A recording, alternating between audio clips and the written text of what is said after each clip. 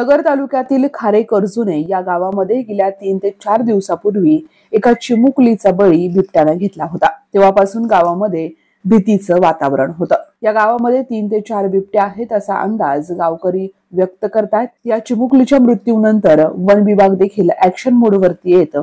त्यांच्या वेगवेगळ्या कॅमेऱ्यांमध्ये या ठिकाणी बिबट्याचा वावर कैद झाला। मात्र बिबट्या दिसत असताना देखील बिबट्याला मारलं जात नाही हा रोष गावकऱ्यांमध्ये होता। त्यामुळे संतप्त गावकऱ्यांनी काल तब्बल 2 ते 3 तास नगर मनमाड बायपास हायवे रस्ता रोको केला। लांबच लांब वाहनांच्या रांगा लागल्या होत्या। गावकरी संतप्त होते। गावकरी प्रशासनाची कुठलीही गोष्ट ऐकत नव्हते। गावकऱ्यांचं एकच म्हणणं होतं की या बिबट्याला ठार मारण्याचा आदेश द्या। तुम्हाला बिबट्या दिसतोय मात्र तुम्ही बिबट्या मारत नाहीयेत, शार्पशूटर बोलवा आणि या बिबट्यांना मारण्याचा आदेश काढा, ही प्रमुख मागणी सर्व गावकऱ्यांची होती। तळपत्या उन्हामध्ये सर्व गावकरी या रस्त्यावरती बसलेले होते। अखेर आता गावकऱ्यांच्या या आंदोलनाला यश आलेलं आहे आणि खारे कर्जुनी मधल्या वावरत असणाऱ्या या बिबट्याला ठार मारण्याचे आदेश या ठिकाणी वन विभागाच्या वतीने आले आहेत। खारे कर्जुनीमध्ये एका चिमुकलीचा मृत्यू झाल्यानंतर वन विभागाची सर्व टीम त्या ठिकाणी त्या बिबट्याच्या शोधासाठी काम करत आहे। मात्र त्या बिबट्या ठार मारण्यासाठी एक मोठं आव्हान आता वन विभागासमोर आहे। त्यामुळे या बिबट्याला मारून